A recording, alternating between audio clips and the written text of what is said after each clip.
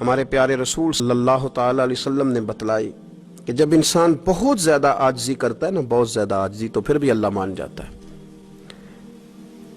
جب وہ اس کے حضور بہت عجز کا اظہار کرتا ہے، بہت زیادہ عجز کا اظہار کرتا ہے، وہ ڈر جاتا ہے اس سے۔ وَلِمَنْ خَافَ مَقَامَ رَبِّهِ جَنَّتَانِ، فرمایا جو میرے سامنے کھڑے ہونے سے ڈرے گا میں اسے 2 جنتیں عطا کروں گا۔ حضرت بابا فرید الدین مسعود گنج شکر بابا صاحب رحمت اللہ علیہ فرماتے ہیں کہ ایک نیک نوجوان تھا، دن کو روزہ رکھتا، رات کو نماز پڑھتا، پر اللہ سے ڈرتا پھر بھی بہت ہی زیادہ تھا، بڑا ہی ڈرتا تھا۔ موت کا وقت آیا تو ماں ہی تھی بس اس کی، تو ماں سے کہنے لگا اماں تو میری ماں ہے، میرے ساتھ 3 وعدے تو کر۔ اس نے کہا پتر تو بتا، آخری ہج کی لے رہا ہے اور اس غریبنی ماں سے تو وعدہ لے رہا ہے، بتا کیا وعدہ ہے؟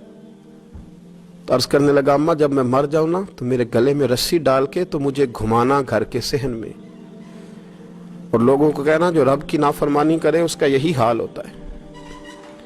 یہ اعلان کرنا جو اللہ کے نافرمان ہوں ان کا یہی اشر کیا جانا چاہیے۔ اور اماں پھر دوسرا وعدہ کر، میرا رات کو جنازہ اٹھایا جائے، میں نہیں چاہتا کہ کسی کے منہ سے یہ لفظ نکل جائیں کہ وہ دیکھو اللہ کا نافرمان جا رہا ہے، رات کو میرا جنازہ اٹھانا۔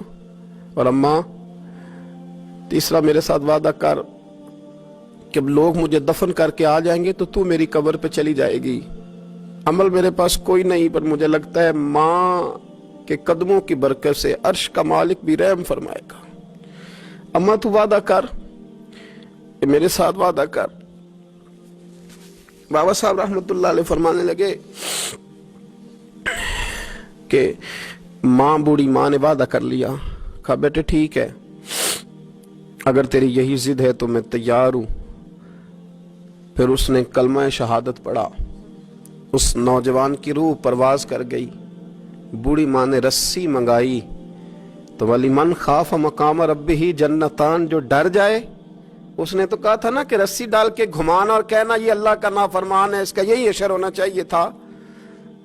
لیکن جب ماں گلے میں رسی ڈالنے لگی تو گھر کے ہر کونے سے آواز آنے لگی، خبردار یہ رب کا دوست ہے، اللہ کے دوستوں کے ساتھ اس طرح کا معاملہ نہ کیا جائے، اسے چھوڑ دیا جائے۔